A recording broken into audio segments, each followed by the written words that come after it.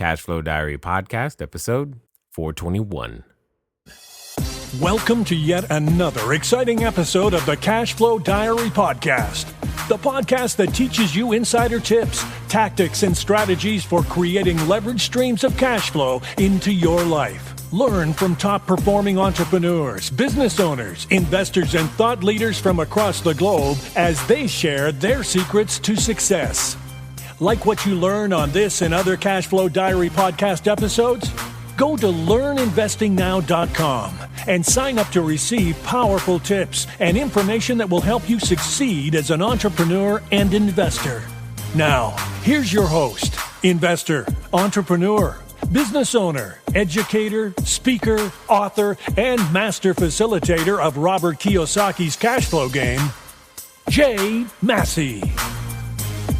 All right, ladies and gentlemen, welcome to another episode of the Cashflow Diary podcast. I'm your host, Jay Massey, and I'm glad that you're here today because what it comes down to is you're out there, you're looking to build your cash flow, right? And you're on this journey. You have a plan, in fact, of where you believe this journey is going to go. In fact, you've got a vision, you've laid it out, and nothing can stop you from achieving it. Unless we start talking about the things that happen to us in life. It becomes a journey. And along that journey, we can be confronted with all kinds of different things. What's really interesting is you may not have realized this, but one of the core skills you must learn to develop is to roll with the punches, learn to pivot, and become and transform into the thing that the market decides you should actually do. I have with me today someone that you actually may already know for many different reasons, but most importantly, what I want you to know is that he's got a new book. He definitely has an interesting perspective, and I think that we're going to learn a significant amount of information from him. So I have with me today none other than Isaac Lidsky. Now, some of you may remember him as the character Weasel in NBC's Saved by the Bell, The New Class. What's interesting is that you may not know, or maybe you do, that he has a rare and blinding disease called retinitis pigmentosa. What does that mean? That means you can't really see, but that doesn't stop Isaac. What I like about that is that he's been able to take what has been the hand he's been dealt, and more importantly, you turn that into an asset in many different ways, not only selling companies, but being a CEO. He's got the book, as I mentioned, TED Talks, and all kinds of things that you and I will be able to learn from today to help us become bigger, better, and badder.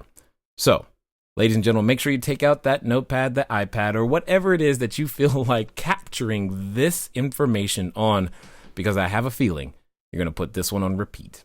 Help me welcome none other than Isaac Lidsky. Isaac, you there? Yes, I'm here. Thank you so much. You are quite welcome, sir, and I am glad that you are here. Now, with this being your first time here, I tend to ask everybody the same question the first time that they're here. Are you ready? Sure. All right. I tend to look at today's entrepreneurs a lot like yesterday's superheroes. So, Batman, Robin, Wonder Woman, etc. And I think entrepreneurs and superheroes have a ton of things in common. Chief among them is that occasionally as an entrepreneur, we can envision ourselves as, flying around, maybe with a cape or tights and all these things, but we're saving our customers with our products and services. But also, like a superhero, an entrepreneur has a beginning. So, if you think about, Peter Parker and Spider-Man, there was a time before Spider-Man was the Spider-Man that we all know and love today, to where he was just a college student going to school, trying to get some, photos so that he could make sure that the ends of months met together. So my question to you is as follows. What we want to know is, before the Saved by the Bell, before the TED Talks, before your new book, Eyes Wide Open, before everything that people know you for today, who is Isaac Lidsky? So, I grew up.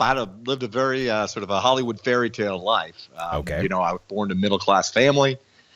Parents who loved me and nurtured me. Great intellect. School was easier for me, and I loved it. And I grew up thinking that it was a pretty, standard American sort of fairy tale story. Like I said, now I did have this childhood acting career. I did a diaper commercial when I was 6 months old. Wow. And it was sort of all downhill from there. So it's hard to figure out who Isaac Lidsky was before acting. Yeah, I can see that. I can see that. It's been a part of your DNA from the beginning. Yes. Got it. So, but take us on this journey, because I know for a lot of people, especially as entrepreneurs, most of us don't wake up one day and just go, I'm going to be an entrepreneur and I'm going to have a business and do TED Talks and write books and do these things. There's usually a process of becoming something. So what was that like for you? When I was 13, right around the time I moved out to Los Angeles to do Saved by the Bell, is when I was diagnosed with my blinding disease, retinitis pigmentosa. So, that was a pretty big kind of pivot point in my life. And at first, I was terrified, and I knew that blindness was just going to ruin my life. I thought that as I sort of progressively lost my sight, I would also lose my independence and my ability to achieve. And I just thought I was destined for this sort of unremarkable life, small and sad, and probably pretty lonely. Yeah. And that was that was a fiction. One of my fears. It was lies. But in the early years, I believed it. Yeah. I think there's a number of entrepreneurs who are feeling or have felt those types of things. Maybe they're in business and they have something happen to them. So where does the courage, so to speak, come from? Because clearly that's not how the story ends, but it's definitely a reality of what can happen. Maybe, someone experienced the idea of a whole stream of revenue disappearing. Not to say that losing revenue is anywhere near the same as losing eyesight, but it can feel very similar to some people because it was their whole world, in some way, shape, or form. So I guess my question to you is, through that process, going from, terrified and knowing that this is something that is coming for you, because my experience with RP is simply that it happens progressively over time and is not instantaneous in a lot of cases. And you knew this is coming, and yet at 13, you're dealing with all of these things on top of it. Where does the courage to continue even come from? All of us, you're right. All of us confront, our challenges, right? Loss of a job, loss of a customer, end of a relationship and all that. And I don't think we can, compare or evaluate which ones are worse or better or kind of how bad they are. It's true that, particularly in the face of the unknown and sort of times of crisis or challenge, that's where our fears kind of step in, and it can be really pernicious because, in the face of the unknown, fear shows up with all these sort of awful ideas. Psychologists call it awfulizing, right? But we visualize, we imagine the worst case scenario, and we spend a lot of time with dark imaginings and doom and gloom. And it feels so real that if we're not careful, if we're not aware, it becomes real. But in the way in which I lost my sight, you're exactly right, was sort of progressive over time. It took about a dozen years. And over those dozen years, I sort of literally saw the illusion of sight kind of breaking apart, in my mind. I mean, so you think about what it feels like to see, right? It's immediate, it's passive. Like you open your eyes, there's the world. Like we even say seeing is believing. Right. I saw that that's not true at all. Sight is this masterful, complex sort of virtual reality that your brain creates for you. And it's unique, it's personal, it involves far more than just information from your eyes. And yet we think it's real. So we literally create our own realities and we believe it. And that was the profound insight that blindness gave me that really made blindness ultimately one of the best things that ever happened to me in my life. Because, we shape our own realities in so many other ways without even knowing it. Fear, for example, we can experience fears, machinations of our own mind. We can experience them as truth. Right. And they become true when we do. Our self-limiting assumptions, our misconceptions about strength or acceptance or weakness or, surrender and, all these things, the bottom line, I guess, is that, I literally saw firsthand as I went blind that in every moment we get to choose who we want to be and how we want to live our lives. And that's our ultimate power and our inescapable responsibility. And it was liberating for me. It was really empowering for me to realize that. Yes, and I love how you say it's the ultimate power, an inescapable responsibility, because I definitely feel that. Now, tell us about the journey, because obviously you've got the book Eyes Wide Open, and that's great, New York Times bestseller, all those things, but that's not where the story starts. I mean, the genesis of that has to be somewhere before then. I don't know if it's, during the time with the Harvard Law School. I don't know if it's at the first company. I just want to know, how do we end up there?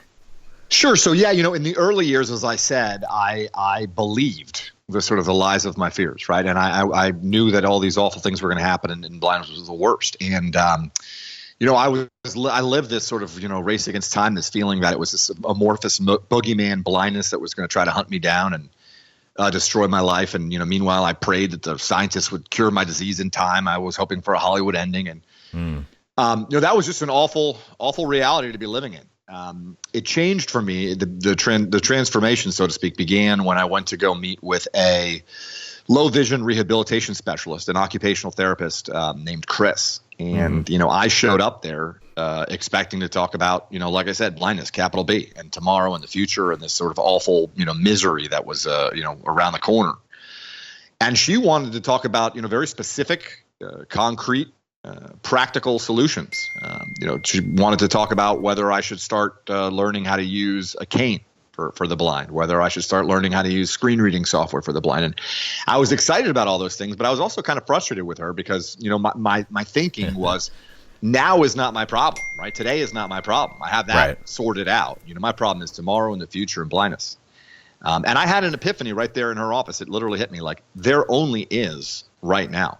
That's all there ever is this moment.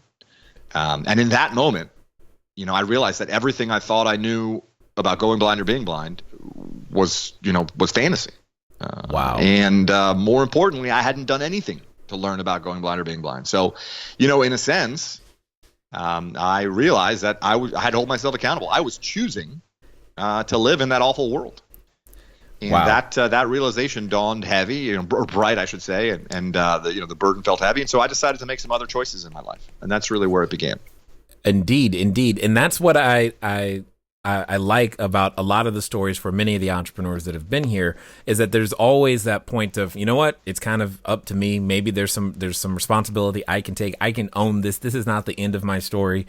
And we go through this transformation to figure out, how do we want to show up to the world now that these things have occurred, now that I have realized, these things. And it's something similar to what I call that superhero moment. It's that moment where the character realizes that, man, I've got something special here that I could use, and I can use it to not only my benefit, but also to the benefit of others. So how do we go from, where you are there to in terms of, at the doctor's office, etc., to even having the courage to get the first company done?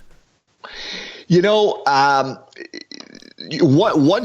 you have that realization, once you recognize, your role in creating the life you want for yourself, and really literally shaping your reality, then the rest is pretty straightforward. Now, it's difficult. It takes effort and discipline, but it's pretty straightforward. So, for me, I have been pretty committed to focusing on some pretty, big questions. What is it?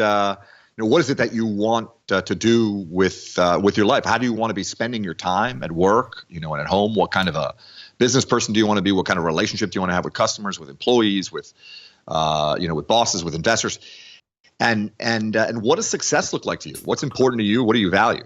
And they're big questions. It's easy to kind of roll your eyes and say, yeah, whatever. But the truth of the matter is, whether we realize it or not, whether we like it or not, whether we want it to be so or not, we are answering those questions every moment we're here, with every thought, with every action, with every emotion. So, for me, it makes a heck of a lot more sense to answer those questions with awareness and intention and purpose than to kind of persist as reaction or happenstance in life. So, I guess that's a long-winded way of saying that.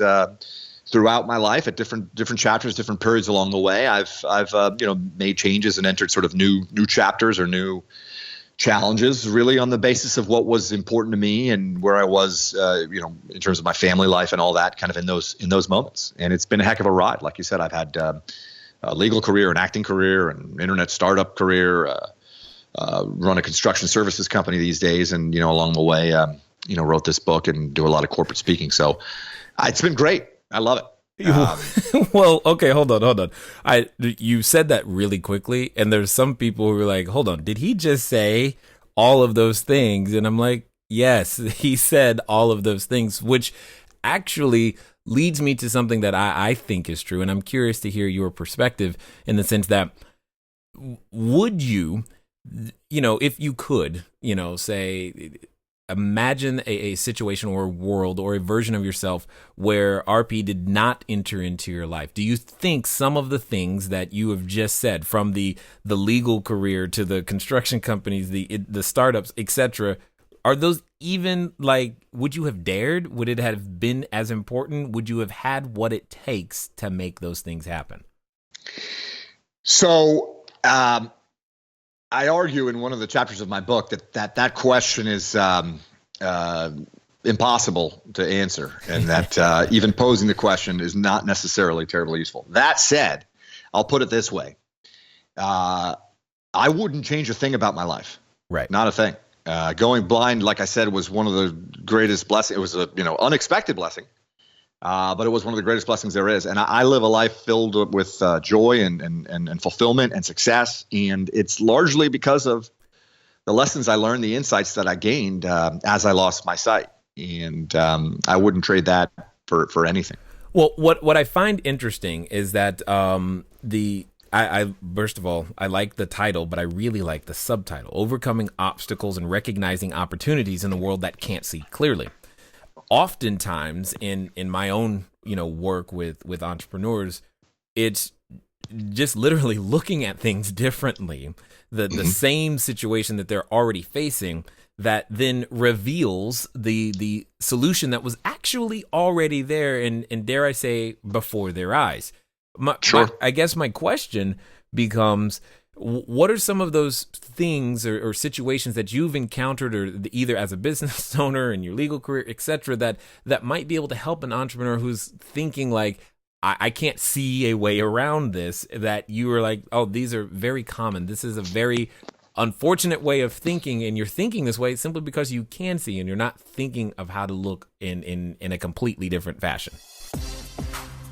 Hello there, entrepreneur. This is Jay Massey, and what I want to say to you is that the number one mistake that I have ever made in business, number one, has been waiting too long to do the books, waiting too long to get the bookkeepers, the accountants, the CPAs, the CFOs involved, and I don't want you to make that same mistake. That mistake cost me over 6 figures, and now for a significant discount, you have the ability to get your books together using FreshBooks. So what I want you to do is I want you to go over to gofreshbooks.com/cashflow diary. Again, that's gofreshbooks.com/cashflow diary. FreshBooks is the easy to use software designed to help you, the small business owner, the freelancer, get organized and save time on invoicing, getting paid faster, keeping those books in order so that it becomes a bonus for you to do your taxes as opposed to a burden.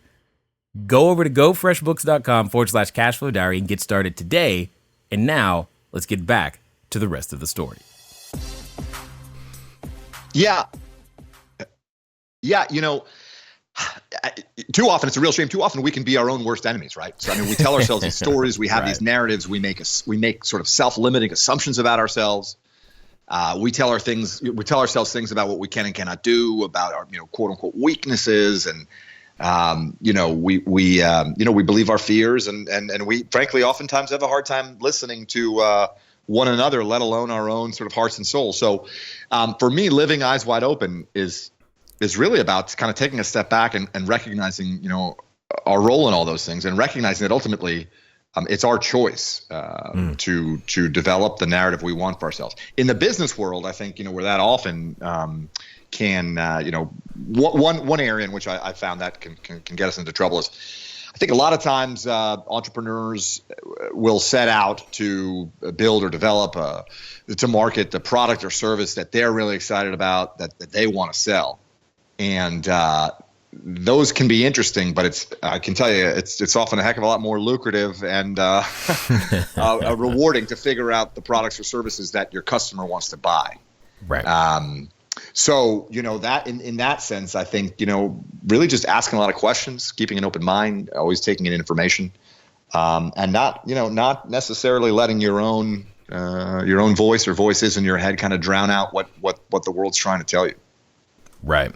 And I can imagine that oftentimes we're faced with so many different choices of what the world is trying to tell us, shape us, and you've been in a unique position where you were forced to come up with that vision extraneous to that. There was no way you could rely upon what the world was going to say, because the world doesn't exactly say that, hey, you can still go do all of these great things even though this is your situation. But my question becomes, why did you feel the need to write this book, but not just write it, but specifically address the audience you're addressing?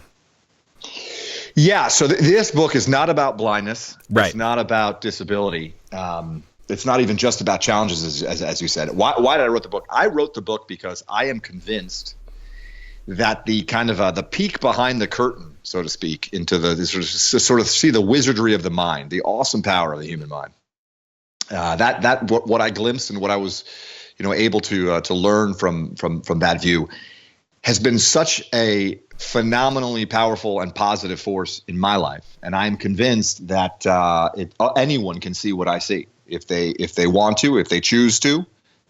This is a vision; it's a philosophy that's for everyone. So I've long wanted to write the book, and I'll tell you, my wife and I had triplets in September of 2010. And between the sort of triage of infant and newborn triplets and some new business ventures and stuff, I had my hands full, literally and figuratively. And but 3-4 years in, with my business, my current business succeeding beyond my wildest imagination, and the kids kind of getting to a point where I can imagine them someday reading a book. I wrote the book, I think, first and foremost for them. I see. With them in mind. Got it. That makes sense. And I hope they will read it. I hope they will read it someday, and I hope that they will see life the way I see it. Okay. So, because you said this earlier, and I thought it was interesting, and I don't know if anyone else was listening that picked up on it, because you said anyone can see the way that you see. Yes. What I would like to hear in your words is, what do you see? How do you see? What is it that you are referring to when you say that? Take us into that, because I want to see.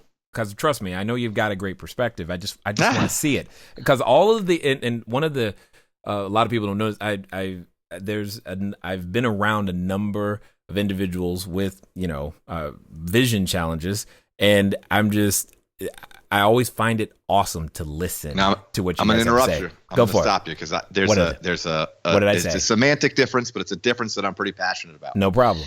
I have no vision problems. I Good have point. Great clarity of vision. That it's is something correct. that I'm blessed with. Yes. I got sight problems. Yeah. And I know at some correct. point and I've got about the worst kind of sight problems, right? But I know it in some respects it's a word game or whatever. But in my life, that distinction is an important one. Totally understood. Got it. So I don't mean to it's great. Upset with you or anything, but so what's my vision? Here's what I see. Always in life, no matter what circumstances we find ourselves in, always we can look to people who have done far more with far less, and by the way, been far happier doing it. Right. So think about prisoners of war who transcend in the face of just unspeakable atrocities and torture. And Viktor Frankl is a pioneer in the field of psychology. He wrote a book, Man's Search for Meaning. This is a man who, as a prisoner in a Nazi concentration camp, decided that he was going to find purpose in life and even joy in life, because the one thing his captors could not control was his mind. And so you look at these people, you look at these examples, and to me, the inescapable conclusion is that it's not our circumstances that govern the life we experience, the life that we live. It's how those circumstances manifest themselves in our daily experience is entirely within our control, and it's our choice. And again, it's not easy. It's not simple. There's not like some aha moment where now it's meditating on a mountaintop or whatever. I struggle every day, and some days I'm better at it, some days I'm not. But it's certainly worth the effort because time's going to go by whether we like it or not. And a lot of the things that we take for granted in life, frankly, a lot of our biggest obstacles and challenges are self-imposed, are self-created. And once you see that, like I said, it's empowering and it's liberating. So what would you say then, in your time in business specifically, have been some of the challenges that you've seen entrepreneurs create for themselves? Well, it's one of the words in the title of your podcast is cash flow, and it's cash flow is an amazing thing. It can be your greatest ally or your most vicious foe, right? And that's something that you can read about in textbooks and study, and I did, but until you're living it and until you're in there, it's really hard to understand and hard to manage. But I think there are strong parallels, between sort of the concepts of cash flow in business, by the way, and sort of cash flow in our personal lives as well. That's but I'll leave that for another day. But so cash flow management is huge. Too often. An unprofitable business or unprofitable ventures, fundamental problems in your business can be obscured by positive cash flow dynamics that you don't understand. And then, of course, despite the most profitable and best of intentions, the greatest ideas in business, if the cash flow dynamics are working against you, it's not going to last very long. So to me, there's a lot of kind of the whole yin and yang and this whole sort of metaphysical aspect of life in the world really kind of manifests itself in business in this sort of force that is cash flow. I don't know if that makes any sense. Yeah, no, I get it 100%. And I guess it makes me wonder or ask the question to you, would business be more of an art or more of a science? And it sounds like a mixture of both based upon what you're saying. There's no question it's both. There's no question it's both, I would say. So here I was, a pretty elite, fancy lawyer in New York, and somehow that seemed problematic at the time.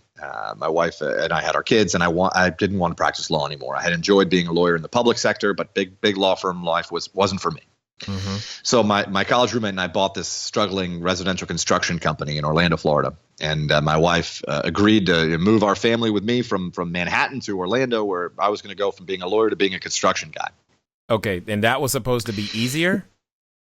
What could possibly go wrong, right? I mean, what could possibly go wrong? Okay. No, I mean, not easier, but it was supposed to be a better quality of life. Above all else, I wanted to spend time with my kids. I wanted a yard behind the house. Got it. And all those things. Well, lo and behold, these two Harvard guys who decided to buy a construction company in Orlando. One of them, my roommate, he kept his fancy day job in the world of finance. I quit mine and, took the helm as the first chief executive officer or whatever. Well, about 3 months in, we realized that all the financial data we had meticulously analyzed was nonsense, garbage in, garbage out. Mm-hmm. Kind of far from treading water, our business was sinking like a stone. And desperate times call for desperate measure. So that was my sort of baptism by fire in the world of cash flow. Awesome. And I can tell you that it was understanding and leveraging cash flow dynamics that saved our business. Got it. Totally understood. Now, for those that might not have an understanding, because maybe they're at the beginning of that, sure. How do they get insight into what you mean when you say the cash flow dynamics? Because right now, here's what I know. Someone's listening going, I don't want to do that. I want to make sure that what I'm looking at is actually a good thing, and they want to learn from your experience. Well, so, we roll up our sleeves. We do basically, like forensic accounting, and we try to figure out at the, job by job, house by house, project by project, how are we doing, which customers are profitable or not, or how bad are they? And, step one, the cash flow, law number one is doing work that's not profitable. right. where you're not covering your direct costs. You never want to do that, right? So we walked away from a ton of business. We sort of shut down about a third of our revenue 3-4 months in, which was painful, no doubt, but the alternative was worse. So then you say, I'm going to work, those customers who are going to stick by me, who are going to be my partners, who are going to work with me, give me better pricing or whatever. That's fine and all, but I still have these bills to pay. And if I'm not collecting money before I'm paying money, it's only a matter of time before I'm underwater. So the next step was to work with our vendors, our suppliers, and our bank, our creditors, and principally our suppliers of materials and whatnot, and work with them. Hey, can we push out our terms? Can we pay you net 45 days instead of 30 or 60 days? And go circle back with the customers. Any chance you could pay us sooner? Mm-hmm. And it's not rocket science, but you do the deeds that need to be done, and you try to bring enough money in before so much money goes out so that you can live to fight another day. By the way, one way to lower your outgoing cash is to stop paying yourself, which I did. So right.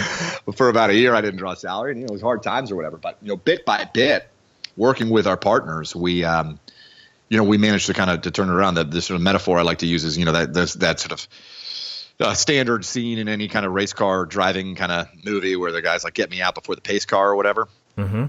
That's kind of what you're trying to do. You're trying to make sure that pace car doesn't get by before you get back out on the track. No doubt. Yeah. Now, with that being said, though, I'm assuming not only this experience, but in the fact that just the sheer fact that you're in the real estate world of some kind. And I know that you often have to see opportunities that others don't see because they're usually presented as an obstacle at the beginning. What are some of those times where either in business or et cetera that others saw obstacles but you saw opportunities? Well, that's the fundamental story of my current business, ODC Construction. I mean, my college roommate Zach and I, and end of 2010, beginning of 2011. When the economy was in a state of misery, globally, and when industries like residential construction were at like literally once in a lifetime lows, and it was just misery and pain. Mm-hmm. And we showed up and said, hey, this is a great time to kind of take a look at the market and say, if and when it does recover, what opportunities is that going to present for various providers in the field? Can we envision a new model, a better business model, a greater value proposition for these builders when the market turns around? And that's what we got really excited about. That's ultimately why we bought the company. But now, hold on 1 second though. There's someone listening who wants me to argue with you and say, but how did you know, Isaac? How did you know? Because all of the signs did not point to, yes, this is a great time to buy. It was possible that we were going to be a year or 2 or 3 years too early. And it was even possible that if we were that early in the sort of recovery, we would fail because of it. But we figured, given our best guess, our best shot at kind of the housing market and where things were going, we figured now's got to be a pretty good time. It's going to come back eventually. Markets are cyclical in general. The housing market certainly is cyclical. Meanwhile, the subcontractor base was decimated, right? There weren't a lot of subcontractors still around. Those who were didn't have access to capital and yada, yada, yada. So we figured, look, someday in the not too distant future, we think these home builders are going to show up and have a real urgent need to start building houses at a pretty high volume. And we'd like to build a company that can help them do it. And that was our vision. Is it possible? Was it possible that we were going to fail? Absolutely. Awesome. Nothing ventured, nothing gained. But, we gave it a shot. Clearly. Now, with that being said, though, what would you say to the person who can't seem to get themselves? They feel like they want to be there, but the fact is that they can't find that guarantee to move forward. How did you guys develop the courage to deal with that? Well, if you're looking for a guarantee, you're lost. And that's true of anything in life. We are never in control in this life. And again, part of the way that we can experience our reality, much like sight, we have this illusion that we're in control and that there's certainty, and there just never is. So you got to let that go, right away. And then at the end of the day, it's got to make sense to you. Have you done all the research you need to do? Have you talked to all the people you need to talk to? Have you gotten the support, from friends and family, from, those close?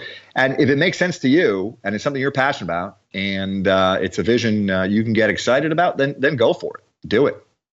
And by the way, even if you fail as a business proposition, I think true success is in the actual striving, right? It's in the worthy pursuit. So, I think too often we like to we think we can wait until later to see how it all turns out to decide whether we made the right decision or not. But that's just not the way the universe works. You make the right decision or the wrong decision now, and then either it works out or it doesn't. Well, what I like about what you just said specifically is if success is in the striving, then the actual arrival at some destination is not necessarily the measuring stick. No, not. I would argue that it really shouldn't be. It can't be. If you are seeing yourself in your life clearly, it is not about achieving some result, some data points, some objective external measure. You do know it's actually a little strange sometimes when you say when you say the words if we're seeing ourselves clearly, right? You're not. See, you sighted people are convinced that seeing is fundamentally intertwined with eyes, and it is just not. It is not. I am a very visual person. I visualize things all the time. Incidentally, I'll tell you, when once your visual cortex has matured and you've developed and your brain has sort of figured out how to cook up this illusion of sight for you, only about 10% of what's going on in your brain in the sort of whole process of sight is information from your eyes. The other 90% is your memories, your opinions, your emotions, your conceptual understanding of the world, your mental attention. All of these things are going on. And by the way, even when your eyes are out of the mix, even when you're asleep and you're dreaming, your visual cortex is firing away, right? When you think about an elephant. Well, the same parts of your brain that respond when you actually see an elephant respond when you think about an elephant. So I'm going to talk with you about what I see and what I don't see and my vision and all that. And it has nothing to do with eyeballs. Yeah, and that's what I find so interesting is just to some degree, I feel like I'm the one. I'm at a handicap and I want to get, I'm like, how do I get to where he is? Because then I'll be able to see more clearly. And and I think you have a unique advantage that honestly, to some degree, it is something to strive for because you will likely perceive things completely differently than someone who can see you. So, I've had it both ways. I grew up with sight and then, I lost my sight and slowly over time. And obviously now I'm blind. So, all kidding aside though, when I say things like, anyone can see what I see, I mean it to my core. And, if I didn't mean it, if I wasn't 1,000% convinced of it, I wouldn't have bothered to write the book. And frankly, we wouldn't be having this conversation right now. What I'm passionate about in life, my number one, sort of calling these days really is trying to show people what I was blessed to see in terms of our potential to really live the lives we want for ourselves. Indeed. Now here's what I know, that there's a number of people who have listened this far. They've enjoyed everything that you've had to share, but they want more. They want to find out more about what you're up to. They maybe even want to pick up a copy of the book. They just want to know more and begin to see how you see. What's going to be the best way for them to catch up with you? Sure. So I'll make any such person. I'll make you a deal. So the best place to go is my website, which is just my last name, Lidsky.com. So it's L as in Larry, I, D as in David, S as in Sam, KY.com. There's information about the book. I have a blog. There's a link to my TED Talk there. It's all there. Now, here's where the deal comes in. I genuinely want to know what you think. Questions, comments, concerns. Do you think I'm full of baloney? Whatever you think, I want to know. I'm curious. I read every submission of forms to my website, every email, and I intend to keep doing so as long as it's practicable. And I genuinely do want to know. So please check it out, but please let me know what you think. Indeed, I think they will do exactly that. Now, before we jet, I've got one final question that I'm really eager to hear your answer, actually. So let's pretend for a moment that there's a person who is, standing on the precipice. They think, I'm going to become that entrepreneur. I'm going to throw my hat in the ring. I'm going to deal with obstacles and I'm going to make this thing happen. They're going to actually put on that superhero outfit. They're standing in front of the store, picking out their cape and tights and going, I'm going to do this thing. Now, like I know, that oftentimes when we make those types of decisions to go up, be more, and etc., we're often, have a companion. And that voice in the back of our head is that companion that can say things that usually are not necessarily supportive. It reminds us of, what we're not, what we can't do, why it won't work. And for some people, they're even related to that voice. So my question to you is as follows. Let's pretend that the person listening is actually going to follow through. They're actually going to do what you suggest. And they're going to do so in the next 24 to 48 hours. What would you suggest that they do? So you've gotten to the heart of the matter, my friend. So I call that voice the critic, and we all confront real critics, but more profoundly, we all have that critic in our minds, that internal voice, that nasty voice that you mentioned. But we also all have a lot of strength within. We're born that way. That's how we're wired. It's in our DNA. And for me, ultimately the art of the entrepreneur is to silence that critic, to ignore that critic, and to harness the strength within, to listen to your inner strong man or woman, and to believe them. And the critic, all that's the sort of circus of disruptive thoughts and emotions. That's not reality. It is just noise, unless you choose to make it your reality. And that choice is yours. So again, not necessarily saying it's easy, but it's definitely worth doing. Nice. Well said.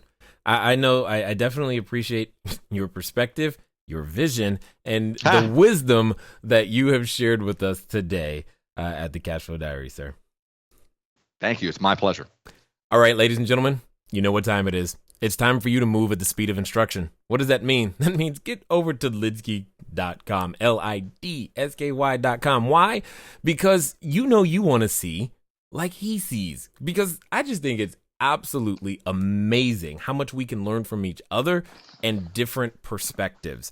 If you want to develop true vision, it sounds like we've just spoken to someone who has it. Ladies and gentlemen, it's been fun talking to you today. I look forward to talking to you soon. Until next time.